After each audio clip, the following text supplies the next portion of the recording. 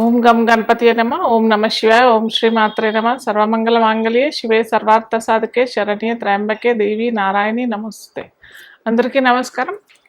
So ఈరోజు మనము యోగాల గురించి చేద్దాం అనమాట. అయితే యోగాల గురించి అనంటే చాలా మందికి కొద్దిగా ఏంటంటే యోగాలు అంటే అన్ని మంచి యోగాలే ఉంటాయా, లేదా యోగాలు అంటే చెడు యోగాలు కూడా ఉంటాయా, లేదా ఓన్లీ చెడు యోగాలే ఉంటాయా, అసలు ఈ యోగం అంటే ఏంటి? యోగం అంటే ఫస్ట్ ఆఫ్ ఆల్ చూడాల్సింది ఏంటంటే 2, 3 లేకపోతే ఒక్కోసారి 4, 5 గ్రహాలు కూడా ఒక రాశిలో కలిసి ఉంటాయి అన్నమాట.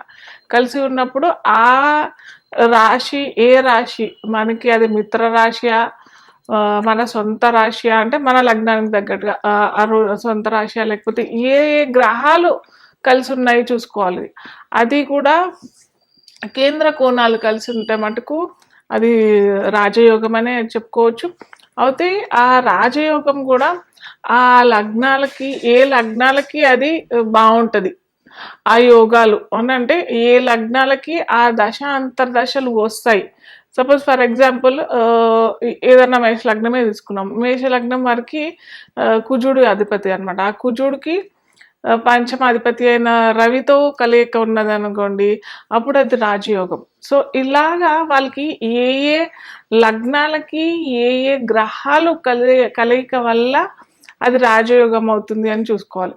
అలాగే మనకి కొన్ని ఏమంటారు, ఇది బాలేని యోగాలు కూడా ఉంటాయి. కొన్ని గ్రహాలు కలయిక వల్ల అది చెడు యోగాలు క్రింద మనము పరిణమిస్తాం అనమాట. సో అవి కూడా చూసుకోవాలి. సో ఈరోజు మనం మటుకు కొన్ని రాజయోగాల గురించి డిస్కస్ చేద్దాము. అది కూడా ఒక్కొక్క లగ్నాల వారికి కేంద్ర కోణాలు కలిసి ఉంటే అది రాజయోగం. సో అలాంటి రాజయోగము ఒక్కో లగ్నాలకి ఏ ఏ రాజయోగాలు కలిగితే ఏ ఏ ఫలితాలు వస్తాయి, ఎలాంటి సుఖ సంతోషాలతో ఆ వ్యక్తి జీవిస్తాడు అనేది మనము ఈరోజు క్లుప్తంగా తెలుసుకుందాం. అయితే ఇంకొకటి ఇక్కడ చూడాల్సింది ఏంటంటే, ఎప్పుడైతే కేంద్ర కోణాలు కలిస్తే అవి లక్ష్మీ స్థానము విష్ణు స్థానం అని అంటారు. సో లక్ష్మీ విష్ణువులు ఎప్పుడన్నా కలిసినా కానీ అది మంచి యోగమే కదా. సో ఇందులో కూడా ఇంకోటి ఏంటంటే, కేంద్ర కోణాలు అన్నీ కూడా కేంద్ర కోణాలు బాగుండవు. సో అది కూడా చూసుకోవాలి. చూసుకొని మనం తెలుసుకొని ఆ యోగాలు ఆ దశలు అంతర్దశలు వచ్చినప్పుడే అవి ఫలితాలు ఇస్తాయి. ఆ దశ అంతర్దశలు ఒక్కోసారి రావు. యాక్చువల్గా రానప్పుడు ఆ యోగాలు కూడా ఫలించవు మనకి. ఓన్లీ అలా మనకి ఆ జాతక చక్రంలో కనిపిస్తుంది అంతే, కానీ అవి ఎటువంటి ఫలితాలు ఇవ్వవు అనమాట. సో ఇప్పుడు మనము ఒక్కొక్క లగ్నాలకి ఏ ఏ యోగాలు బాగుంటాయి, ఏ ఏ యోగాలు కలిసి వస్తాయి, ఎలా ఉంటుంది వాళ్ళకి, వాళ్ళ జీవితం, వాళ్ళ లైఫ్ స్టైల్ ఎలా మారిపోతుంది, అదంతా మనం ఇప్పుడు క్లుప్తంగా తెలుసుకుందాం. కాలపురుషాంగంలో మనకి అష్టమ రాశి అధిపతి అయిన కుజుడు గురించి మనం తెలుసుకుందాం. కుజ లగ్నం గురించి మనం తెలుసుకుందాం. అది వృశ్చికం అవుతుంది. వృశ్చిక లగ్నంలో కనుక కుజుడు ఉన్నట్టయితే వారు ఎలా ఉంటారు, వారి వ్యక్తిత్వం ఎలా ఉంటుంది, వాళ్ళకి ఎలాంటి రాజయోగం కలగబోతుంది మనం చూద్దాం ఇప్పుడు. అయితే లగ్నంలోనే కుజుడు అంటే అష్టమం అవుతుంది కదా. ఎప్పుడైనా గుర్తుపెట్టుకోండి, అష్టమ వ్యయ రాశులైనా రాశ్యాధిపతులైనా లగ్నాధిపతులైనా కానీ అంత ఈజీ గోయింగ్ ఉండదు.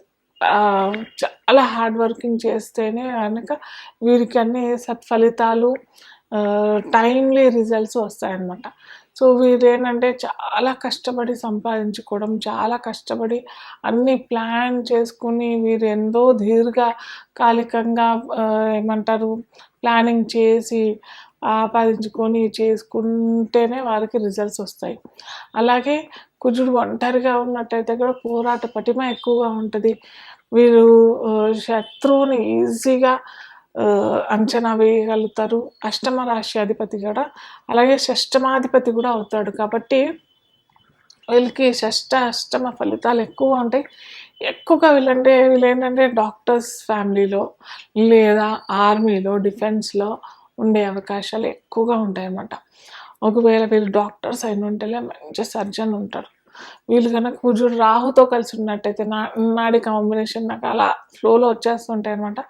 నాడి కాంబినేషన్లో కుజుడు రాహు కలిసినట్టయితే మంచి సర్జన్. వీళ్ళు చేసిన 100% అన్ని సర్జరీస్ మంచి సక్సెస్ అయి ఉంటాయి. అలాగే కుజుడు కనుక ఏ గురువుతోనో, గురువు పంచమాధిపతి అవుతాడు కదా, గురువు కుజులు కలిసి ఉన్నట్టయితే వీళ్ళు మంచి ఫిజిషియన్ అయ్యే ఛాన్సెస్, వీళ్ళు మంచి ఏమంటారు టీచింగ్ ప్రొఫెషన్లో ఉన్నట్టయితే కూడా మంచి ప్రొఫెసర్. అలాగే కుజుడు రవితో పాటు అంటే దశమాధిపతి అవుతారు కదా, దశమాధిపతి రవితో పాటు ఉన్నట్టయితే కూడా ఆర్మీలో అయినా, డిఫెన్స్లో అయినా, ఇంకా ఏదైనా పొజిషన్లో ఉన్నా ఒక మంచి హైరార్కీ పొజిషన్లో ఉన్నాడు, టాప్ లెవెల్లో పొజిషన్లో ఉంటారనమాట. అలాగే కుజుడు కనుక పంచమంలో గురు రాశి అయిన పంచమంలో గురువుతో పాటు కూడా ఉన్నట్టయితే మటుకు మనకి ఇక్కడ వృశ్చిక రాశిలోను మీన రాశిలోను కొద్దిగా డిఫరెన్సెస్ ఉంటాయి అన్నమాట. ఏంటంటే కూల్ రాశి అనమాట. ఇక్కడ వృశ్చిక రాశి అంత కూల్ కాదు, కానీ కొద్దిగా పోరాట పటిమ ఇవి ఎక్కువగా ఉంటారు, వాళ్ళు సాధనతో సమకూర్చుకుంటారు. ఇక్కడ ఏంటంటే వీళ్ళు ఏంటంటే కూల్గా మెడిటేషన్తో పాటు వీళ్ళు అనుకున్న లక్ష్యాలన్నీ ఛేదించి సాధిస్తారనమాట. ఇది డిఫరెన్స్ అనమాట. అలాగే కుజుడు రవి కనుక దశమంలో ఉన్నట్టయితే ఇది దిగ్బలం పొందిన గ్రహాలు దశమంలో ఉండటము, వీరు మంచి హైరార్కీ పొజిషన్లో అటు డిఫెన్స్లో అయినా, అటు ఫైనాన్స్ రంగంలో కూడా. ఫైనాన్స్ రంగం ఎందుకన్నామంటే మన దశమాధిపతి రవి సింహరాశి అవుతుంది కాబట్టి, సింహరాశి ఏంటంటే ఒక మంచి లగ్జరియస్ సిటీలో ఉండే అవకాశాలు కూడా వీళ్ళు ఈ రవి గురువుల కాంబినేషన్ ఉంటుంది అనమాట.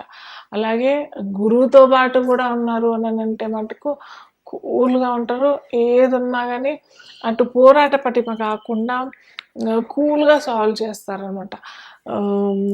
ఎదుటి వ్యక్తి ఆలోచనల అంచనా వేసి ఆ ఆలోచనల ప్రకారంగా వీరు బాణాలు వదలటం, అలాంటి లక్ష్యము ఈ మనకి కుజుడు రవి గురువు ఈ 3 కాంబినేషన్స్ కనుక ఉన్నట్టయితే సింహరాశిలో కానీ, వృశ్చిక రాశిలో కానీ, మేషరాశిలో కానీ, ధనురాశిలో కానీ, ధనురాశి కాదు మీనరాశిలో కానీ ఉన్నట్టయితే ఇలాంటి ఫీచర్స్ కలిగిన వ్యక్తిత్వం కలిగిన మనుషులు ఉంటారన్నమాట.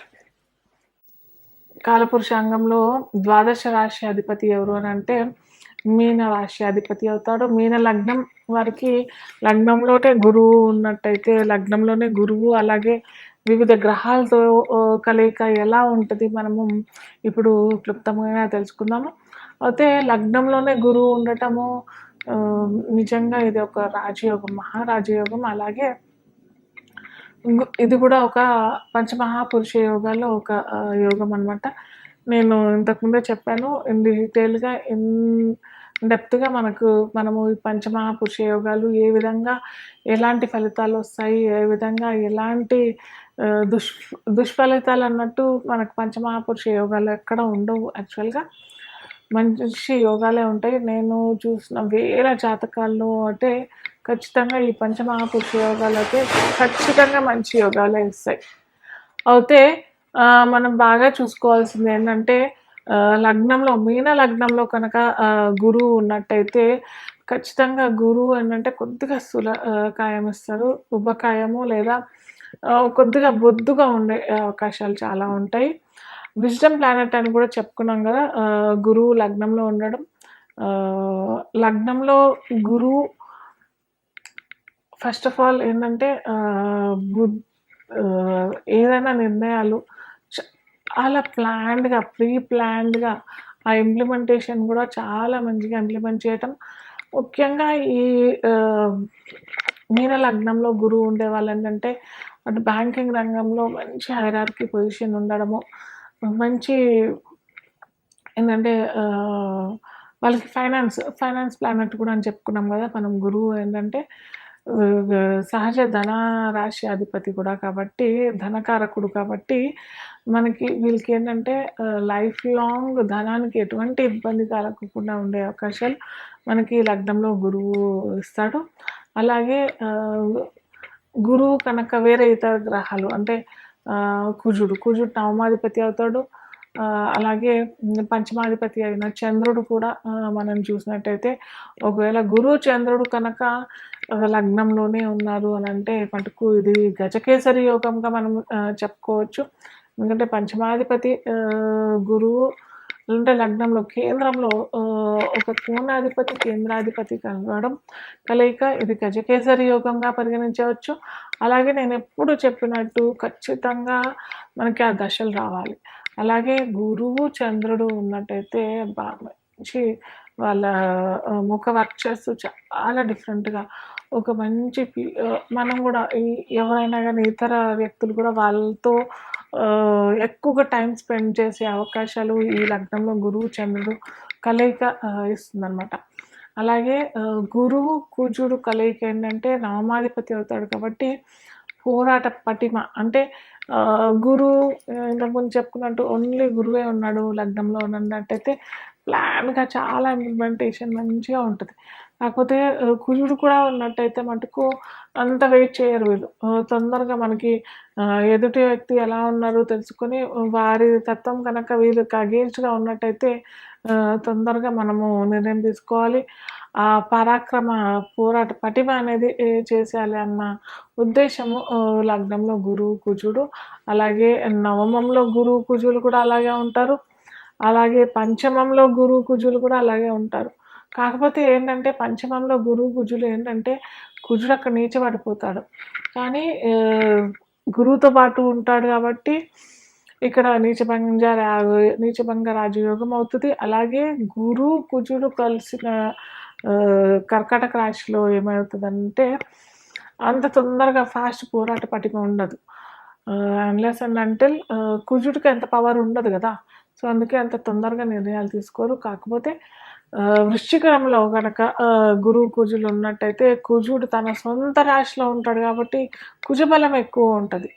సో తన పోరాట పటిమతో అన్నీ సాధించుకోవడము ఇలాంటివన్నీ ఉండే అవకాశాలు మనకి ఎక్కువగా ఏంటంటే వీళ్ళు ఏంటంటే గురువు కుజుల కలయిక ఇటు మెడికల్ రంగంలోనూ ఇటు నేవీ ఆర్మీ డిఫెన్స్ ఇలాంటి వాళ్ళు మంచి హయ్యర్ పొజిషన్ హైరార్కీ పొజిషన్లో ఉండే వాళ్ళందరూ మనకి ఈ వృశ్చిక రాశి వృశ్చిక లగ్నం వృశ్చిక రాశిలో మీన లగ్నం వరకు కలుగుతుంది అనమాట. సో నేను ఎప్పుడు చెప్పినట్టుగానే ఖచ్చితంగా మనకి ఇవన్నీ యోగాలు మనకి వర్తించాలి, ఈ యోగాలు మనకి రావాలి, ఈ యోగాలు మనకి ఫలితాలు ఇవ్వాలి అని అన్నట్టయితే ఖచ్చితంగా మనకి ఆ దశలు రావాలి. ఈ దశలు వచ్చినట్టయితేనే మనకి యోగాలన్నీ కూడా సఫలీకృతం అవుతాయి.